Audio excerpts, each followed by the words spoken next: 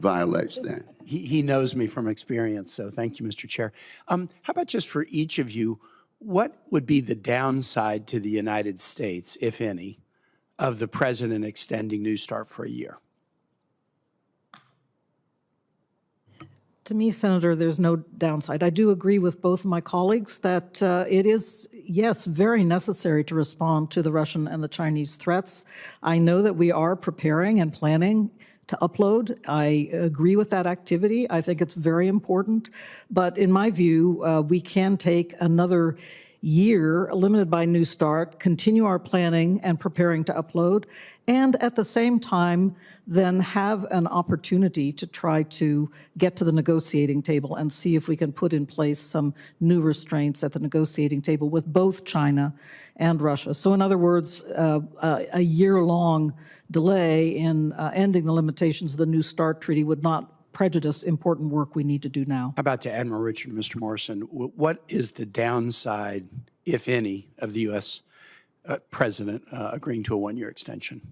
Senator, first, absent a verification mechanism, a one-year extension gives you very little confidence that the Russians are actually adhering to it. And we have no confidence now, so that wouldn't change on February 6th. That wouldn't change, right. Exactly. But we would be constrained ourselves from reposturing the forces that we have today to better address the challenge presented to us by China.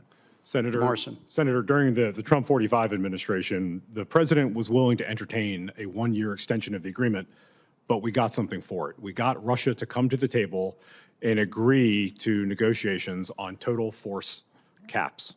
So in the present case, I haven't heard the what we get for it.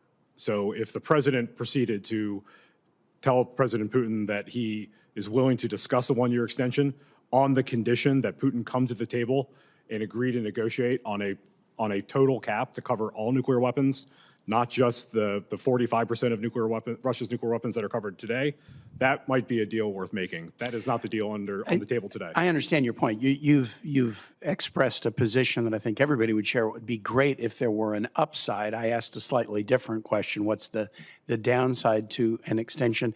Is there unanimity among the panel that a New START framework should now include tactical nuclear weapons, that should be one of the issues as we get into discussing any future chapter in New START?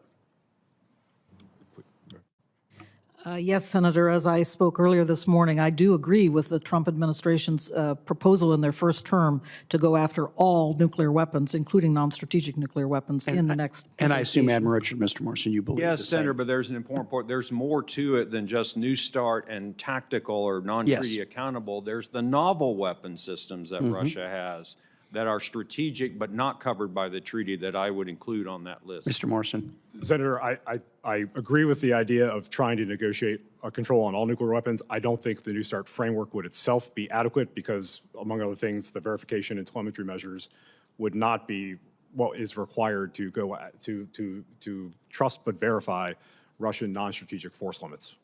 And then Ms. Guttmuller, as Ambassador Guttmuller, as somebody who's been at the table with the Russians, how do you think the Golden Dome announcement, how would that factor into behavior at the negotiating table?